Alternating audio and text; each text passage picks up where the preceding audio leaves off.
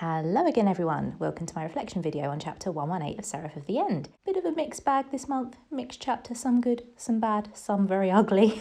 Poor Asherah, poor Asherah. As you guys know, this will be like a long form analysis video, so if that is not your cup of tea, this may not be the video for you. As per usual, it will contain shipping, swearing, and a bit of the older, playful jabs every now and then, because I like to poke fun at this story. As much as I love it, it's no fun unless you poke some fun at it, right? So yeah, please pull up a chair, make yourselves comfortable, pour yourself a good old cup of tea, and let's get into this reflection video. So, the king is dead. I'm so sad. Except, is he actually dead? Because so far, Seraph of the End doesn't exactly have like a solid record on killing off its characters. Like everybody that has been killed off who is a meaningful character has come back somewhere down the line. So as they say, past behavior is like the best predictor of future behavior. So, let's keep the faith, guys. Let's keep the faith that Asherah may come back in the future.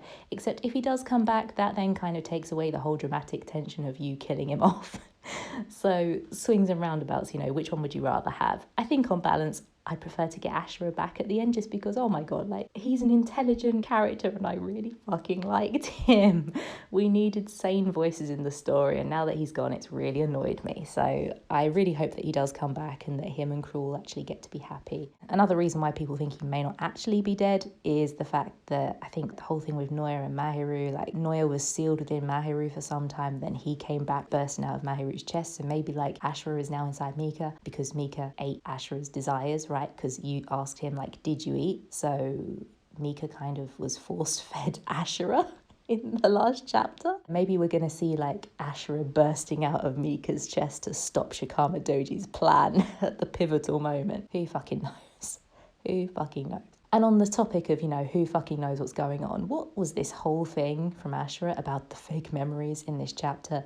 Oh, this is going to get really horrible, okay? Because it makes you question your own memory of the plot that has been revealed so far. And it's like, how much is an intentional thing by Kagami to be like, oh, this thing did not actually happen the way you read it? And how much of it is just like, plot holes and inconsistencies?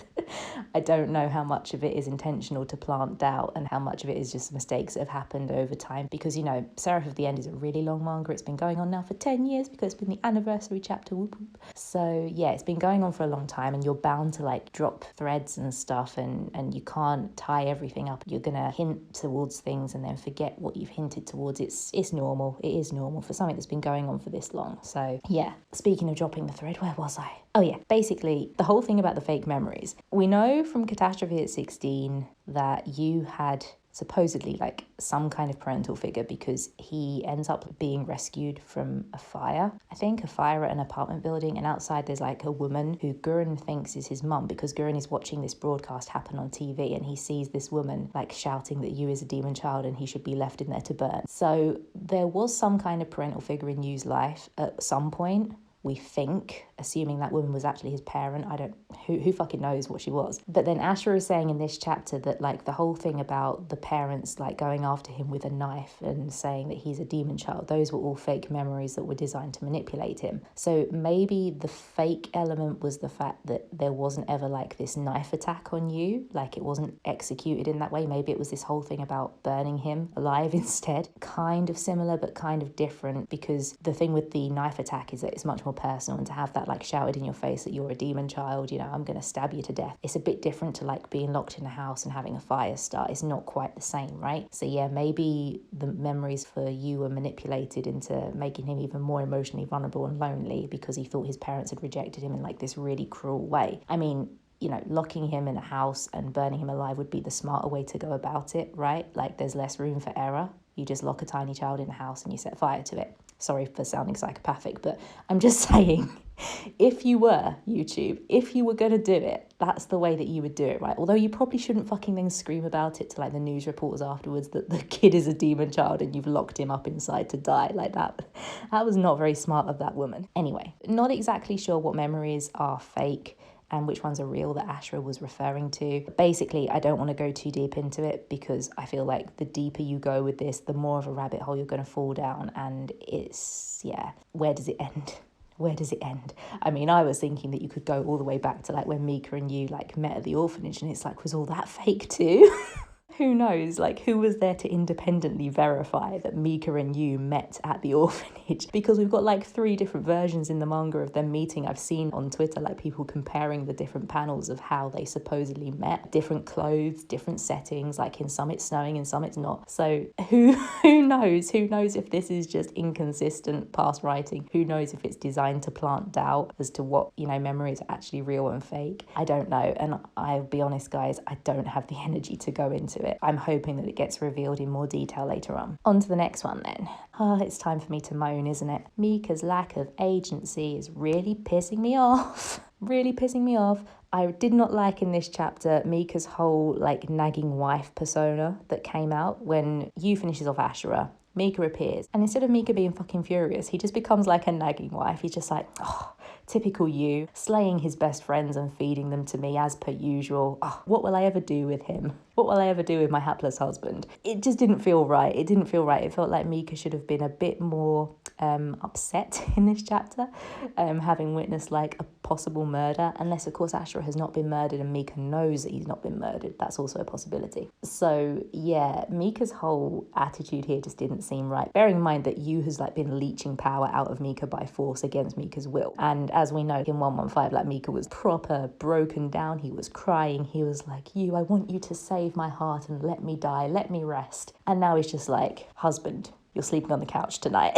Like there's a bit of a tonal mismatch there, isn't there? But as people have pointed out kindly on my reaction video, there is room for them to have a more in-depth conversation and to resolve this weird power imbalance they've got going on at the moment. Because at the moment it does just feel like Yu is treating Mika as a tool, and it's not coming across that he's like properly considering Mika's feelings. He's not properly explaining to Mika the reason why he's not listening to him, if that makes sense. I understand why you wouldn't listen to someone that's suicidal, but you need to like give acknowledgement and consideration to those feelings and explain why. No, I'm gonna not listen to you because of these reasons, because you are beautiful and amazing and you deserve to live and you're better than all the other scumfucks in this entire story. Anyway, there you go, Mika's lack of agency. My moan is over. I'm hoping that we get some kind of chapter that fills in this weird emotional void that I'm feeling right now about them, because I love the boys. I love the boys. I want them to be happy.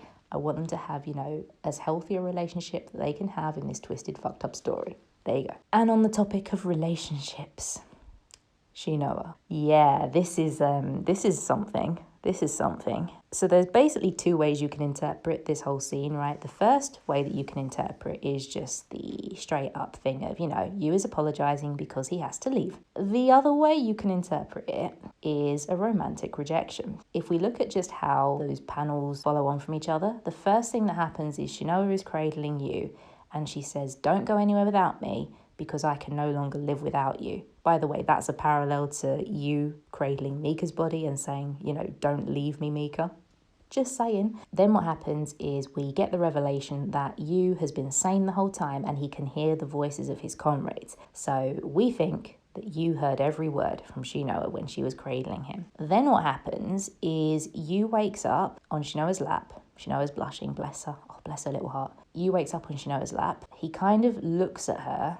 Now, I've seen some people saying that this is like an expression of pain. I don't know. Personally, I don't see it. Maybe it's the shipping goggles.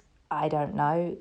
Art is hard to interpret sometimes. So that panel to me looks like he's looking at her and sort of realizing and remembering what she said to him whilst he was in the demon mind space. He's looking at her like, oh shit. Yeah, that just happened. She just told me that she can't live without me. And then he apologizes. He says, I'm sorry. And then he says, I'm leaving. So if you really think about what just happened there, Shinoa said, don't go anywhere without me because I can no longer live without you. To which you said, sorry, I am leaving. So he is going without her. That's a rejection of her wish. That's a rejection of what she said to him. It's pretty clearly a romantic thing from her to him. Like, you know, I can no longer live without you.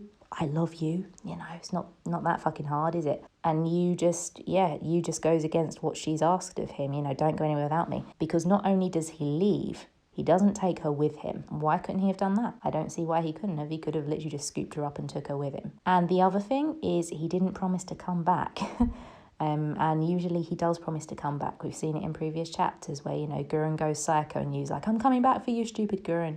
Or in Mika's case, wherever you are in the world, Mika, I will find you. I will come back for you, so wait for me. A massive difference there. Massive difference between how he treated those other characters and said, look, I'm coming back for you. I still care about you, blah, blah. Whereas here, it's just a flat out, sorry, I'm leaving. And he doesn't look at her. He doesn't look back at her either. To me, this comes off as you acknowledging and remembering that Shinoa said that very emotional line to him. He considers her words, what she said, to which he gives a pretty explicit, I can't give you what you want. That, to me, is what that whole sequence shows.